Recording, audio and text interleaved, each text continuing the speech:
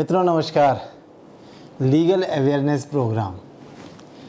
मित्रों, गाड़ी कोई सी हो, कार हो या स्कूटर हो, टू व्हीलर हो या फोर व्हीलर हो, ड्राइविंग लाइसेंस की ज़रूरत पड़ती है। और ड्राइविंग लाइसेंस के संबंध में बहुत ही इम्पॉर्टेंट एक सूचना आई है। वो सूचना क्या है? 1 जून 2024 से कुछ नियम, बहुत ही इम्पॉर्टेंट नियम जो हैं उनमें बदलाव किया गया है। और वो बदलाव क्या है, इसको लेकर के मैं आज का ये वीडियो लेकर के आपके सामने हूँ। मैं अभी आपको सब बताऊँगा कि ड्राइविंग लाइसेंस के संबंध में बहुत ही इम्पॉर्टेंट जो चेंज आई हैं वो क्या हैं। मित्रों, 1 जून 2024 से जो बदलाव हुए हैं उनमें उसको हम तीन तरह से बताते हैं, 3 कैटेगरी में डाल देते हैं। और उसको कैटेगरी वाइज मैं 1 बाय 1 आपको बताता हूँ। देखिए, क्या इसका सिस्टम है कि अगर किसी को ड्राइविंग लाइसेंस बनवाना है तो उसको सबसे पहले एक लर्निंग लाइसेंस बनवाना पड़ता है। और लर्निंग लाइसेंस के बाद जब वो ड्राइविंग लाइसेंस के लिए फाइनल मेन के लिए अप्लाई करता है तो उसका आरटीओ में जा कर के एक टेस्ट होता है। और उस टेस्ट को क्वालिफाई करने के बाद ही ड्राइविंग लाइसेंस जारी किया जाता है। ये आज का नियम है। लेकिन 1 जून 2024 से इसमें जो चेंज आया है वो पहला ये कि अब आरटीओ में जाकर के फाइनल ड्राइविंग लाइसेंस के लिए आरटीओ में जाकर के टेस्ट देने की ज़रूरत समाप्त कर दी गई है। अब टेस्ट आरटीओ में जाने की ज़रूरत ही नहीं है। टेस्ट के लिए वहाँ पे कोई टेस्ट नहीं होगा।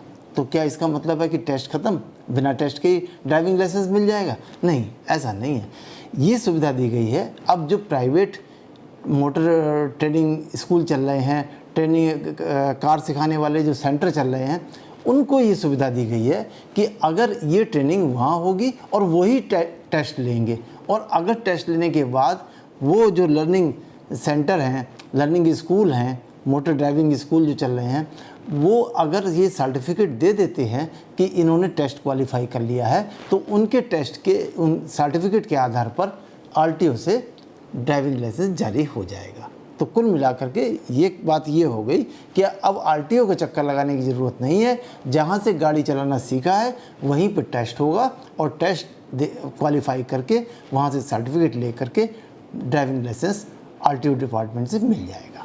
ये वाली बात एक हो गई। तो अब देखिए, इसके लिए हम बताते हैं कि प्राइवेट, इसमें लिखा है कि प्राइवेट ड्राइविंग सेंटर या स्कूल जाकर टेस्ट देने की सुविधा हो गई है। इस पर आप गौर कीजिए। इसको अभी हम आगे और तफसील से बताएंगे। टेस्ट क्वालिफाई करने के बाद वहाँ से जो सर्टिफिकेट होगा उस सर्टिफिकेट को आरटीओ के यहाँ दाखिल करके वो फाइनल अपना ड्राइविंग लाइसेंस मिल जाएगा। लेकिन अब इसमें एक बात और है कि ये जो स्कूल हैं इनका स्टेटस क्या होगा, इसको अभी हम अलग से आपको बताते हैं। लेकिन जो सेकंड चेंज क्या आया, अब हम उस पर चले जाते हैं। तो एक चेंज तो पता चल गया कि ड्राइविंग सर्टिफिकेट, ड्राइविंग लाइसेंस के लिए आरटीओ जाने की ज़रूरत नहीं है।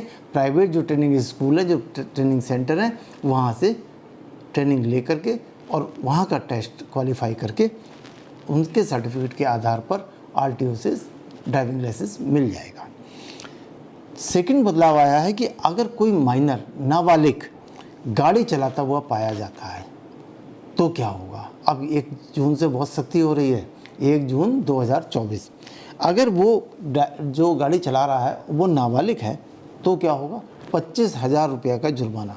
नंबर 1, अगर ये प्रूफ हो गया कि ये माइनर है और गाड़ी चला रहा है तो उसको 25,000 रुपये का जुर्माना लगेगा। अगर मेजर है, रफ्तार तेज़ है, रफ्तार तेज़, गति तेज़ जो वहाँ पर बताई गई है उस इलाके में, उससे तेज़ पाया जाता है तो 1 और 2,000 के बीच में उस पर जुर्माना लगेगा। इसके अलावा अगर ये पाया जाता है कि गाड़ी को चलाने वाला माइनर है तो उसके 25,000 जुर्माने के अलावा उसके अतिरिक्त उसके पेरेंट्स, माता पिता के खिलाफ लीगल कार्रवाई की जाएगी। अब पेरेंट्स भी बचेंगे नहीं, क्योंकि उनकी मॉरल ड्यूटी है कि वो बच्चे को बताएं कि वो की कानून का पालन करे। बिना कानूनी रूप से लाइसेंस को लिए गाड़ी चलाने से माता पिता उसको रोकें। इस बात को ध्यान में रख करके ये भी बात की गई है कि अगर ऐसा पाया जाता है तो माता पिता के खिलाफ कानूनी कार्रवाई की जाएगी। तीसरा, जिस गाड़ी को वो माइनर, नाबालिग चलाता हुआ पाया जाता है उसका रजिस्ट्रेशन कैंसिल कर दिया जाएगा। उसका जो नंबर है, जो उसका आरटीओ में रजिस्ट्रेशन है, वो कैंसिल कर दिया जाएगा। और इसमें जो नाबालिग है, जो गाड़ी चलाता हुआ पाया गया है, उसको लाइसेंस 18 वर्ष की आयु पूरा होने पर भी नहीं मिलेगा। और उसको लाइसेंस कब मिलेगा? जब उसकी एज 25 साल हो जाएगी। मतलब जो नॉर्मली 18 साल पूरा होने पर लाइसेंस मिल जाता है, वो लाइसेंस अब उसको 25 साल पूरा होने पर मिलेगा। ये भी बहुत सख्त नियम है।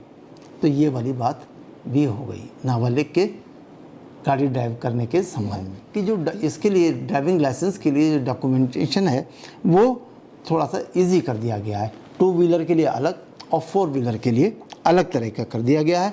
इसके अलावा जो इसमें मेन चीज़ की गई है वो ये है कि गाड़ी जब कोई नई आती है तो उसको लेकर फिजिकल चेकअप के लिए आरटीओ में जाने की ज़रूरत नहीं पड़ेगी। अब ये भी तय कर दिया कि आगे से आरटीओ में जाने की ज़रूरत नहीं है, और वो जो डॉक्यूमेंट्स होंगे उन्हीं के आधार पर वो फिटनेस मिल जाएगी।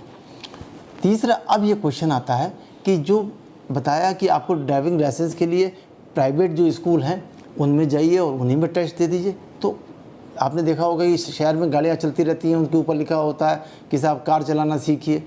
क्या इन सबको मिल जाएगा? जी नहीं, ऐसा नहीं है। ऐसा नहीं है तो फिर किन को मिलेगा? इसके लिए भी एक नॉर्म्स बना दिए गए हैं। वो क्या है ये भी मैं बता देता हूँ। ड्राइविंग स्कूलों के लिए नए नियम क्या है कि जो ड्राइविंग स्कूल होगा, जो सेंटर होगा, उसके पास कम से कम 1 एकड़ ज़मीन का होना ज़रूरी है, जिससे कि वो सिखाएगा और सिखाने के बाद वो टेस्ट लेगा और सर्टिफिकेट देगा। लेकिन अगर वो 4 व्हीलर सिखा रहा है तो 4 व्हीलर के लिए कम से कम 2 एकड़ ज़मीन उसके पास होना ज़रूरी है, जिसमें कि वो अपना ये ट्रेनिंग स्कूल चला रहा हो या वो प्राइवेट सेंटर चला रहा हो। 2 एकड़ का ज़मीन होना ज़रूरी है। स्कूल के पास ट्रेनिंग फैसिलिटी होनी चाहिए। जो ट्रेनिंग फैसिलिटी होती हैं वो उस कैंपस में होनी चाहिए। इसके अलावा जो ट्रेन करने वाला स्टाफ होगा उसका कम से कम हाई स्कूल और 5 साल पुराना लाइसेंस होल्डर होना चाहिए। ये 4 नॉर्म्स इस संबंध में बना दिए गए कि जो इसको क्वालिफाई करेंगे, 2 एकड़ ज़मीन होगी, वेल ट्रेंड स्टाफ होगा, और साथ में ट्रेनिंग फैसिलिटी जितनी भी होती हैं वो सब होंगी। तब जाकर के उनको एंटाइटल किया जाएगा कि वही ट्रेन कर पाएंगे। अब ये आता है कि सब ट्रेनिंग ड्यूरेशन, कितना ट्रेनिंग ड्यूरेशन क्या होगा? तो ट्रेनिंग ड्यूरेशन के लिए भी ये स्पष्ट कर दिया गया है कि लाइट मोटर व्हीकल जैसे कार वगैरह हैं, इनके लिए 4 हफ्ते का कोर्स होगा। 29 घंटे, 4 हफ्ते में 29 घंटे ट्रेनिंग दी जाएगी, जिसमें से 8 घंटे की थ्योरी और 21 घंटे का प्रैक्टिकल, ये भी तय कर दिया। और अगर हैवी मोटर व्हीकल है तो उसका 6 हफ्ते का कोर्स होगा, जिसमें 38 घंटे की ट्रेनिंग दी जाएगी, 8 घंटे की थ्योरी और 31 घंटे की इसमें प्रैक्टिकल होगा। अब इसमें एक बात और रह गई जो मैं बताना चाहता हूँ। ड्राइविंग लाइसेंस आवेदन करने की प्रक्रिया जो आज की तारीख में है, इसमें कोई बदलाव नहीं किया गया है। आगे ministry of road transport and highway के वेबसाइट पे जाकर के, ऑफिशियल वेबसाइट पे जाकर के उस पर बाकायदा इसके लिए अप्लाई किया जा सकता है और वहाँ से ये ड्राइविंग लाइसेंस इशू होगा। सारे पेपर्स, जो सर्टिफिकेट्स हैं, जो रिक्वायरमेंट्स हैं, उनको अपलोड करके और अप्लाई करने के बाद ड्राइविंग लाइसेंस दिए हुए पते पे आ जाएगा। मित्रों, इम्पॉर्टेंट सूचना थी, मैंने आपको बता दी। इसके अलावा एक चीज़ और बताना चाहता हूँ, वो क्या, जो कि आप जानना चाहेंगे कि लाइसेंस संबंधी फ़ीस क्या है। इसमें भी मैं एक चार्ट बना करके आपको बता रहा हूँ कि लर्नर जो लाइसेंस है उसको, उसकी फ़ीस अप्लाई करने की 150 रुपये है, और लर्नर लाइसेंस की फ़ीस जो है आने की वो 50 रुपये है। ड्राइविंग लाइसेंस फ़ीस 300 रुपये और उसकी जारी करने की फ़ीस वो 200 रुपये है। इंटरनेशनल ड्राइविंग परमिट के लिए 1000 रुपये फ़ीस है। लाइसेंस के लिए 500 रुपये फ़ीस है। लाइसेंस में पता या कोई और बदलाव के लिए 200 रुपये की फ़ीस है। मित्रों, इतनी डिटेल्स के बाद ड्राइविंग लाइसेंस संबंधी इम्पॉर्टेंट जानकारियाँ आपको मिल गई। ये मैंने आपको बताया क्यों? क्योंकि ये अवेयरनेस है। आपसे अपेक्षा करता हूँ कि आप भी अपने मित्रों, परिवार के लोगों, समाज में अपने दोस्तों, सबको इसको बताइए, जिससे कि इन बदलाव को ज़्यादा से ज़्यादा लोग समझ सकें और उसका फ़ायदा उठा सकें। नमस्कार।